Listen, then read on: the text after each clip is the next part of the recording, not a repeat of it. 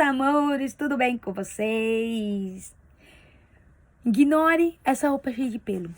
Quem tem gato vai entender que a gente fica assim. Mas amém.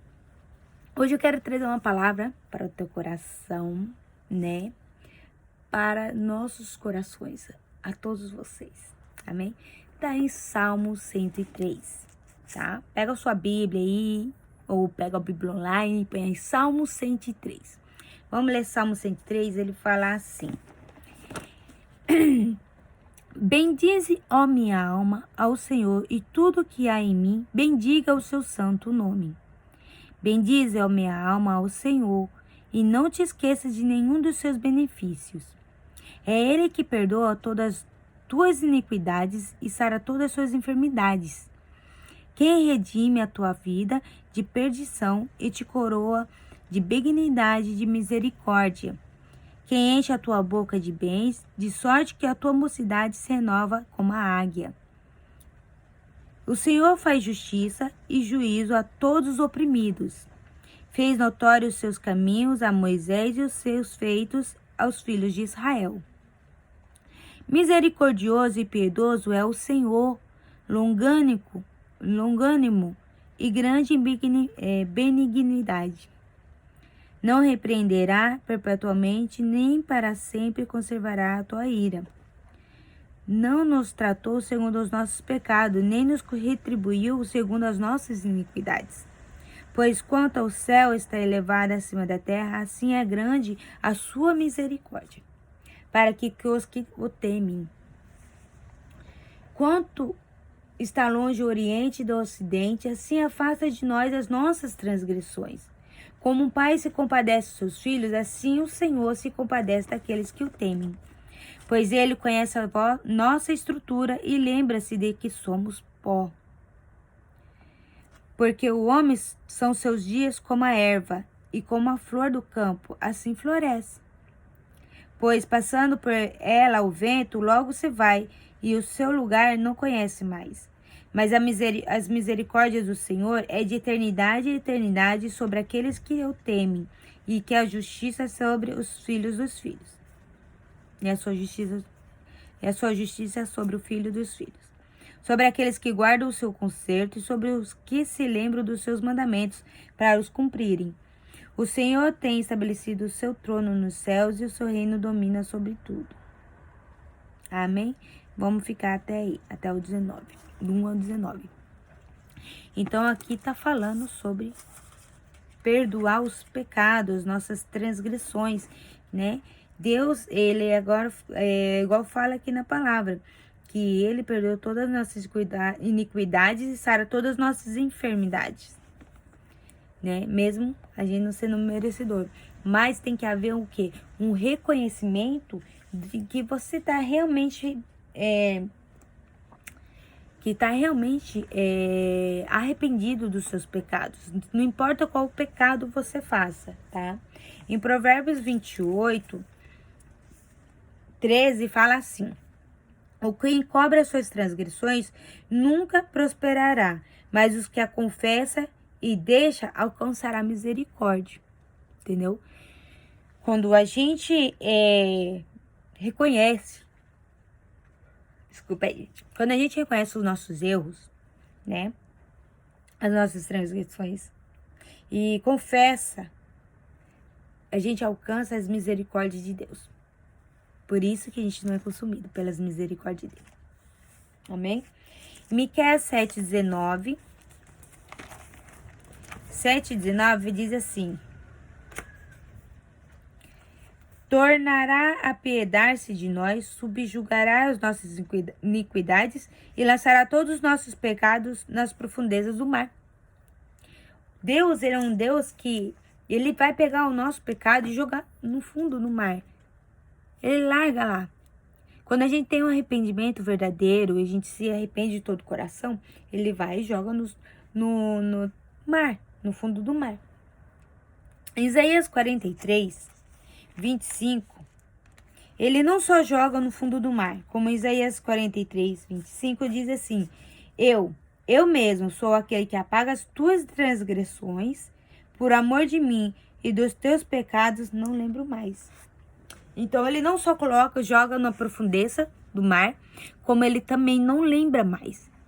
Então, aquela vozinha que fica te acusando do que você fez de errado, que fica te atormentando, essa vozinha não é de Deus, porque Deus nos perdoa quando a gente de todo o nosso coração há arrependimento. E o que eu quero dizer? Nos dias que estão vivendo hoje em dia, né? Muitos estão pecando e não se importando mais com o que está fazendo, né? Não estão ligando, né? É só um pecado, né? Só um pecado. Mas isso Deus vai cobrar. Deus vai cobrar lá, quando ele voltar. Quando a gente estiver diante de Deus. Ele vai cobrar da gente. E o que a gente tem feito até hoje? Peco, ou peco e peço perdão e peco no mesmo lugar e peço perdão e peco de novo no mesmo lugar e peço perdão. Então não houve arrependimento. Quando a gente peca e se arrepende de verdade, de todo o coração, vai lá e se arrepende, fala para Deus, se arrepende por ter feito e volta a fazer o mesmo pecado, não houve arrependimento de verdade. Um verdadeiro arrependimento, a gente não peca mais. Tá? Mas não é que a gente deixa de pecar todas as coisas, porque a gente somos imperfeitos. Igual ele falou que Deus entende, porque ele sabe que de onde a gente foi feito do pó, né? Então a gente não é perfeito. Mas quando a gente se arrepende de todo o coração, entendeu? Se arrepende de todo o coração, a gente pode errar, mas vai ser de outra forma. Entendeu? Agora, você erra e você pede perdão e você torna a fazer o mesmo erro, então não houve arrependimento de verdade, tá? O verdadeiro arrependimento é aquele que você não torna a fazê-lo mesmo, entendeu? E a palavra de Deus, ela é bem exata. Se você quiser procurar como não o que é errado, o que é certo, o que é errado, tá na Bíblia. Ah, mas eu não sei manusear a Bíblia, né? Eu vou te ensinar uma forma facinho, tá?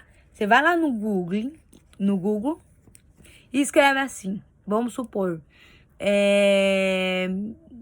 qual é os mandamentos do Senhor, né? Você escreve lá, aonde encontro na Bíblia os mandamentos de Deus?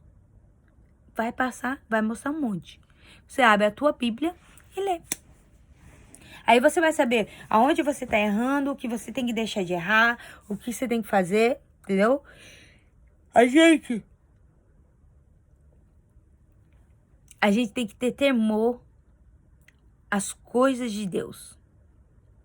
As pessoas não têm mais temor, tá? Ninguém tá tendo mais temor à palavra de Deus. Só que a palavra, do mesmo jeito que Deus é amor, ele é justiça. Entenda uma coisa, Deus é amor e também é justiça. Amor, justiça, tá?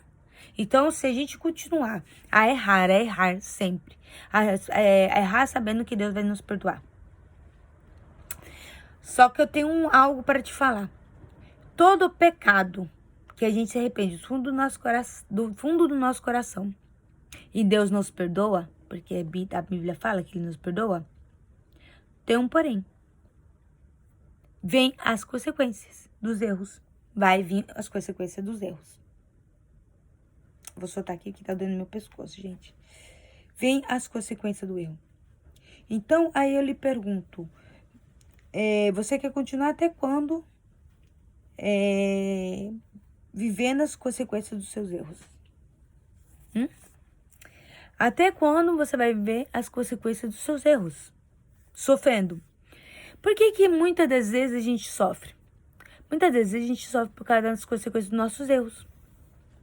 Muitas vezes, algumas vezes não, mas a maioria sim. Porque se a gente sabe que é errado e faz, por que a gente continua fazendo? Por que não conserta logo? Né? Tem que esperar Deus vir aqui e corrigir? Um pai que ama seu filho, ele corrige, tá? E Deus ama a gente. A Bíblia fala assim que Deus amou a gente primeiro, tá? Em João 3,16, porque Deus amou o mundo de tal maneira que deu seu único filho para que todo aquele que nele crê não pereça, mas tenha vida eterna. Então, ele nos amou primeiro. Só que tem muita gente brincando e achando que Jesus não vai voltar. Na hora que vocês menos esperar, Jesus vai voltar, gente. Isso é uma realidade, isso não é um filme de ficção, isso não é uma historinha de criança infantil, tá? Não é uma história, isso é uma verdade.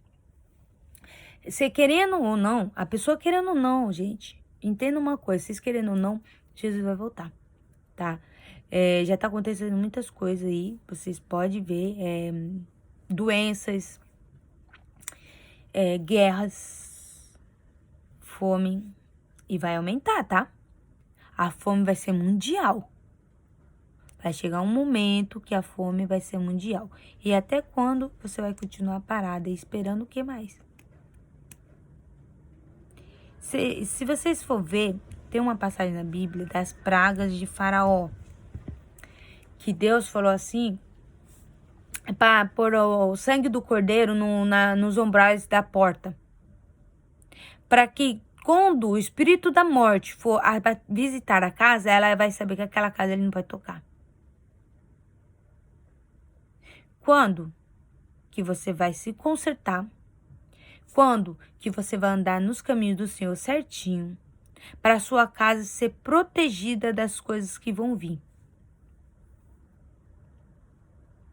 Porque Deus, quando o Senhor falou que me mostrou e também ele tem usado profetas para falar.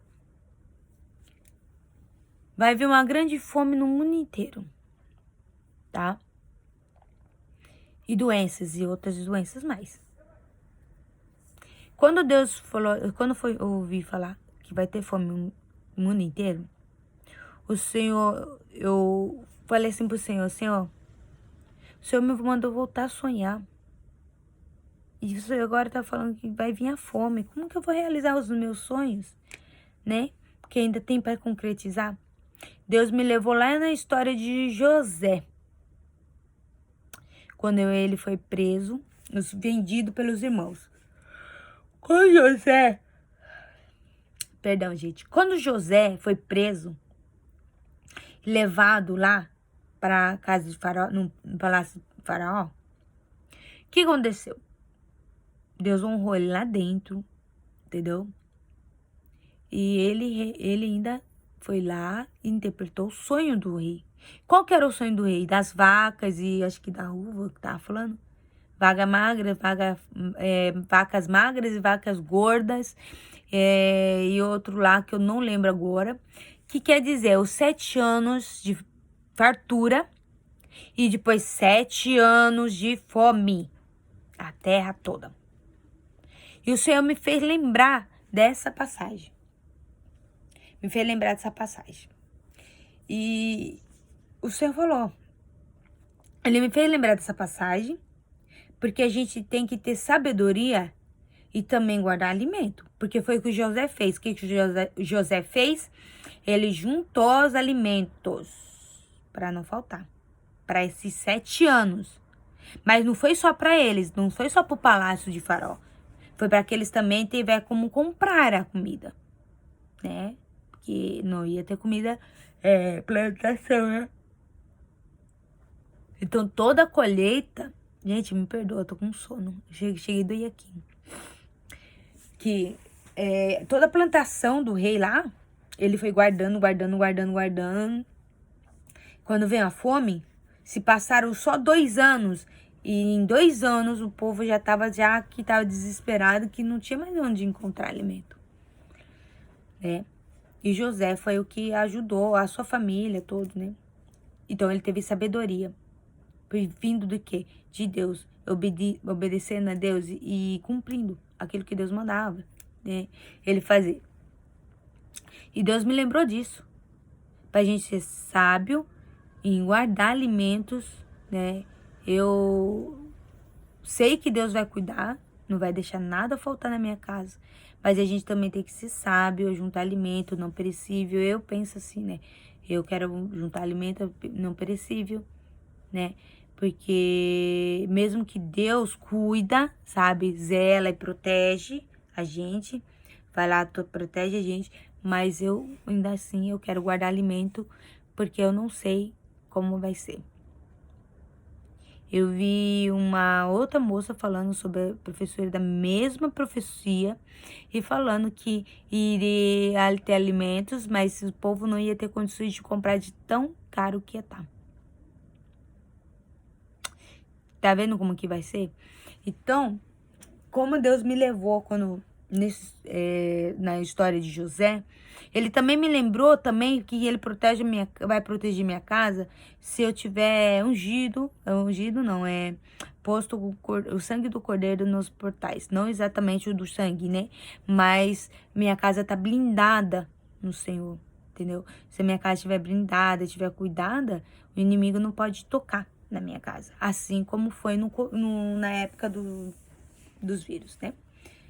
Deus só permitiu eu e meu esposo, botou ainda a gente trancado no mesmo quarto, porque a gente tava com alguns probleminhas de casais. E Deus colocou nós dois lá.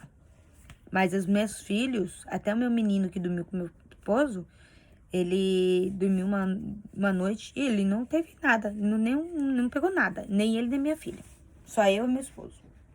Então, o que eu tô querendo dizer? Que a gente tem que ficar atento, gente, atentos. Olha os noticiários. O que tá falando no noticiário? Que parece que tá querendo dar uma briga entre a China e Japão, alguma coisa assim. Guerra. Tá parecendo, gente, vocês estão vendo aí. Ó, já falou que tá previsto um tsunami enorme. Já falou que tá pra vir um terremoto que vai abalar o Japão todinho. Eu creio que esse terremoto é o do Monte Fuji. Se ele acordar, já era. Entendeu? Então, terremoto, maremoto, né? Que é o tsunami. Gente, todas essas coisas estão para acontecer. E não tá longe.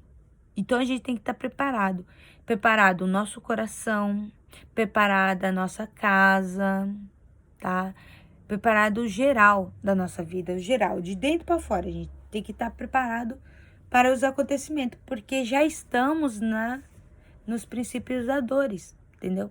Já estamos nas dores, tá acontecendo muitas coisas, que se eu abrir aqui a Bíblia em, acho que Mateus 24, vai falar, quer ver?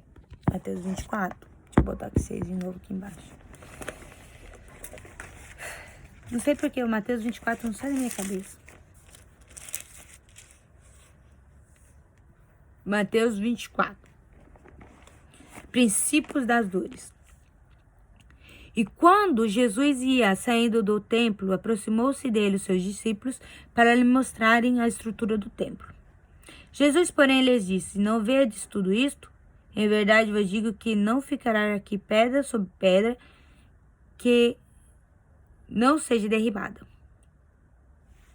E assentado no Monte de Oliveiras, chegaram-se a ele os seus discípulos, em particular dizendo: Dize-nos quando serão essas coisas e qual sinal haverá de tua vinda e do fim do mundo. E Jesus respondendo, disse-lhe: Acautelai-vos que ninguém vos engane, porque muitos virão em meu nome dizendo: Eu sou o Cristo, enganarão a muitos. E ouvireis de guerra, rumores de guerra, olhai e não vos assusteis, porque é mister que tudo isso aconteça, mas ainda não é o fim. Porquanto se levantará nação contra nação, reino contra reino, e haverá, tá? Fome, pestes, terremotos em vários lugares. Gente, quantos lugares já tá tendo terremoto? Mas todas essas coisas são os princípios das dores.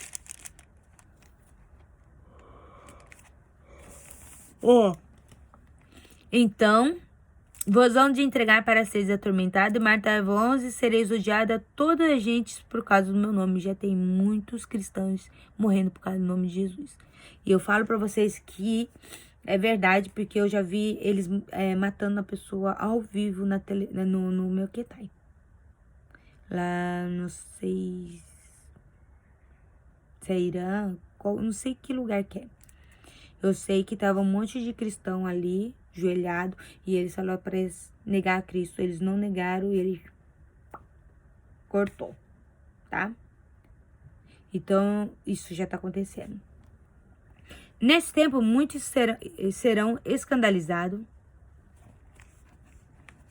Nesse tempo, muitos serão escandalizados. Quantos estão escandalizando o nome de Jesus? Quanta gente está escandalizando o nome de Jesus? Pessoas que eram do berço evangélico.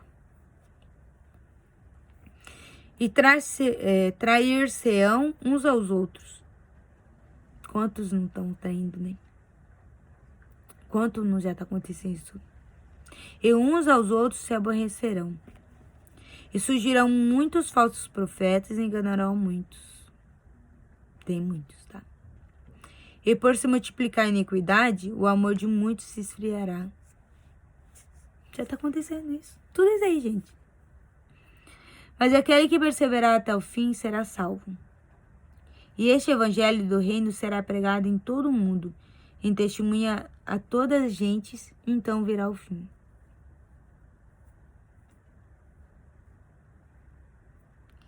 Gente, esse é o princípio das dores.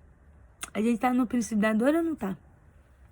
Tem alguma dúvida de a gente estar nos princípios da dores? Ou vocês têm alguma dúvida? Ou já entendeu, Zitai, que a gente está no princípio das dores?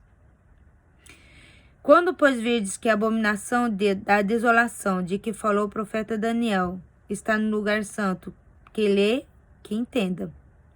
Então, os que estiverem na Judéia, que fujam, e o que estiver no monte, e quem estiver sobre o telhado, não desça e tirar alguma coisa da sua casa. E quem estiver no campo, não volte atrás a buscar suas vestes. Mas ai das grávidas e das que amamentam naqueles dias. E orai para que a vossa fuga não aconteça no inverno nem no sábado, porque haverá então grande aflição, como nunca houve desde o princípio do mundo até agora. Nem tampouco haverá jamais.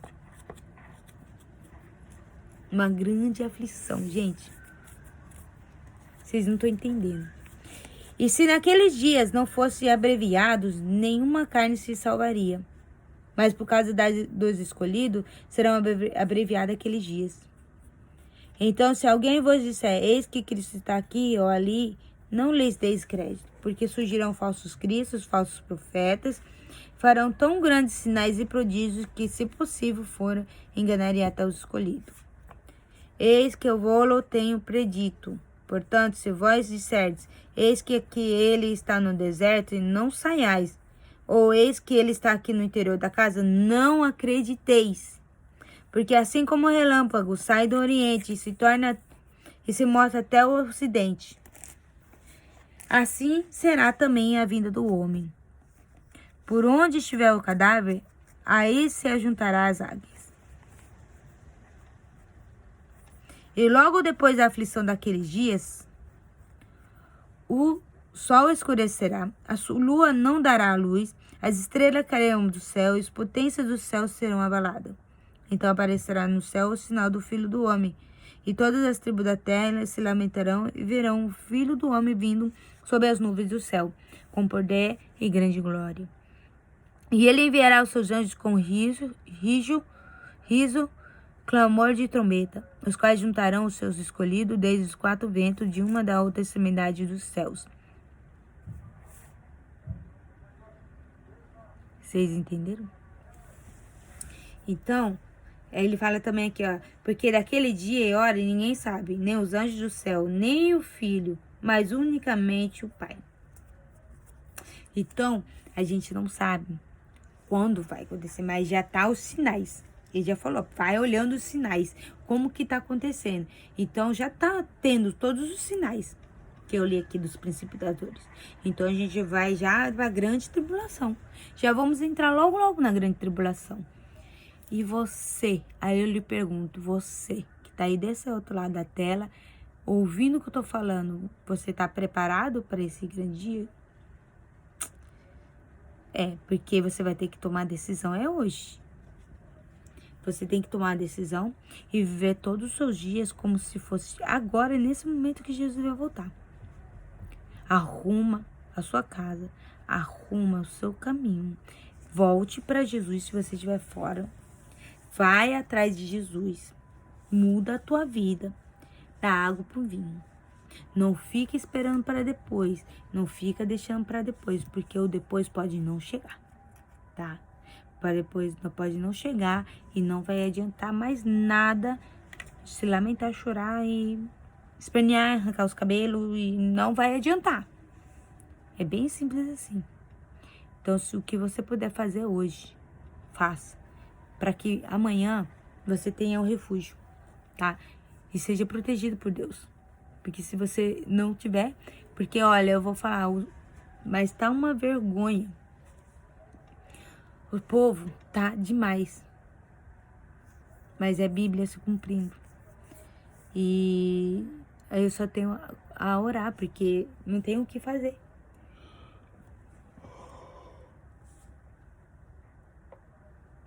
Ai, desculpa, eu tô com um sono. A palavra tá se cumprindo. Eu tô cansada. Eu cheguei do Iaquim. Tô com sono. Mas eu não consegui dormir enquanto eu não entregar essa palavra pra vocês. Então, fique firme, gente. Volte pro Senhor. Aqueles que não aceitaram Jesus, aceita Jesus, tá? É necessário você aceitar a Jesus. É como mais ou menos assim, aceitamento de Jesus, aceitar Jesus é como se você tivesse compromisso com Deus, uma aliança, né? Um compromisso com Deus. Quando você desce as águas, você tá mostrando para todo mundo que você se arrependeu e que você quer ser uma nova criatura. Então, quando você é uma nova criatura, se batiza e vira uma nova criatura, você se casa com o noivo. Uma suposição para você poder entender. Então, é necessário a gente confessar que Jesus Cristo é o Filho de Deus.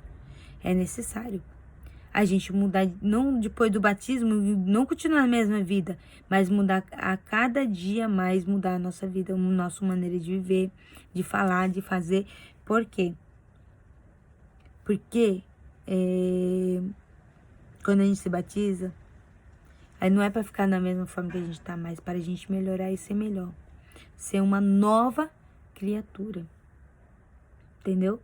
Ser uma nova criatura.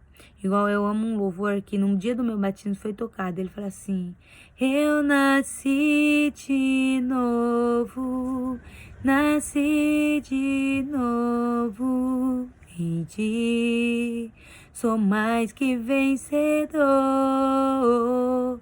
Eu nasci de novo, nasci de novo. Faz-me ver assim como estou. Uma nova criação eu sou. Entendeu? E esse louvor, no comecinho do louvor, ele é uma oração. Eu tenho ele como uma oração que fala assim: Senhor, abre os meus olhos, preciso ver a realidade de quem eu sou, criado por ti, a tua semelhança. Senhor, o meu passado teu sangue apagou e uma nova criatura sou.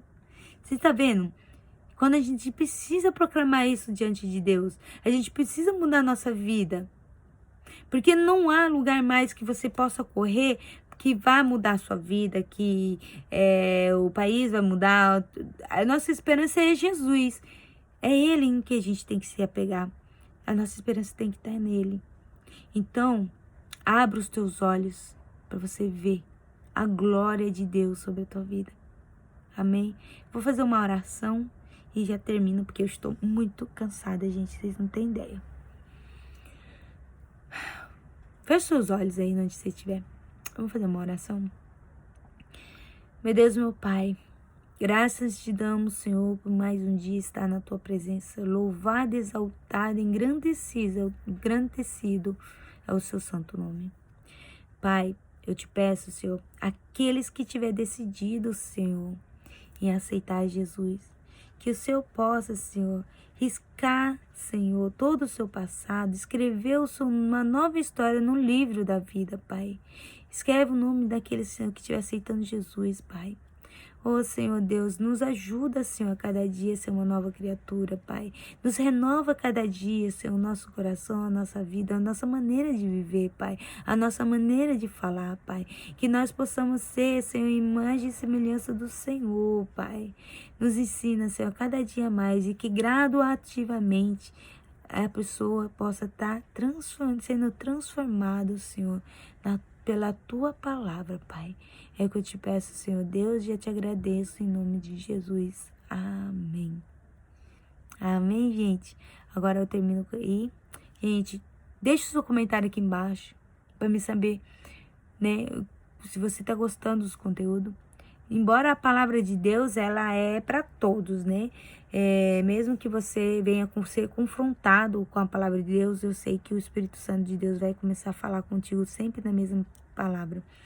E que Ele é o único que pode convencer o homem de todo pecado. Amém?